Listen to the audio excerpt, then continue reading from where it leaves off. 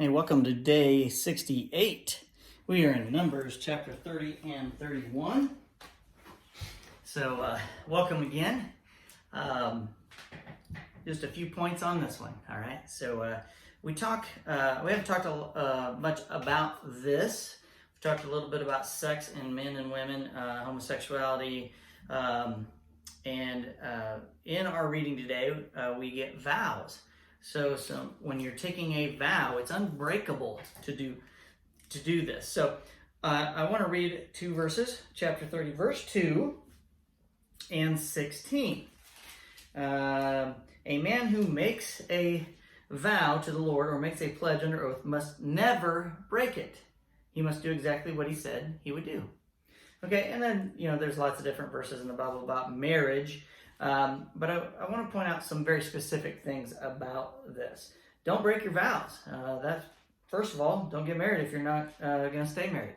And I know there's circumstances for different things, so I'm not going to get into that. Verse 16, these are the regulations the Lord gave Moses concerning relationships between a man and his wives. No, it doesn't say wives. It says his wife. One. And I know we've already talked about the men who have lots of wives. God never said that was okay to have multiple women as your wives. His wife, a man and his wife, and between a father and a young daughter who still lives at home. So it's extremely important to get from this, and multiple times, and in my list, I have tried to put in there where we see things like this, where God is implying it's one man and one woman, not many women.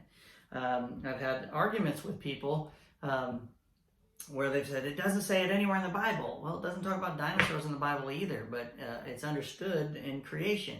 Okay, so one man, one woman. There's not one time in this Bible where someone has had multiple wives and it's gone well for them. It just doesn't happen.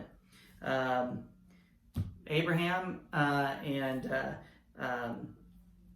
Hagar. Hagar was not his wife. Sarah was his wife. And the second that he didn't trust God and Sarah didn't trust God, and he took Hagar to be his second wife, that's when things start happening. And that's really the problem with the whole Middle East today. Ishmael is the firstborn son from Hagar, so all the people in that land believe that's their land. And Isaac, we have through Isaac, the firstborn son of Hagar, of Sarah. That's where we get the Israelites, and that's why we have big problems today. Okay, one man, one woman, and then we have the sevens again. Sevens are mentioned again. The people that went into battle against the Midianites, 12,000, 1,000 from each of the tribes. To purify themselves in verse 19, and all of you who have killed anyone or touched a dead body must stay outside the camp for 7 days. If you killed someone, it doesn't matter if you touched them. If you killed them, and if you touched them, stay outside the camp for 7 days. You must purify yourselves and your captives on the 3rd and 7th days. So there's some sevens for you. Tithing comes back up, and the first of fruits, basically. Chapter 31, verse 28, from the army's portion, first give the Lord his share of the plunder, one of every 500 of the prisoners, and of the cattle, donkeys, sheep, and goats. And it goes on, talks about giving to the Levites as well. So there's another example of tithing, giving something to God that is the first of the fruits of whatever you've done. Again, there you go. Add those to your list. That's day 68. See you tomorrow.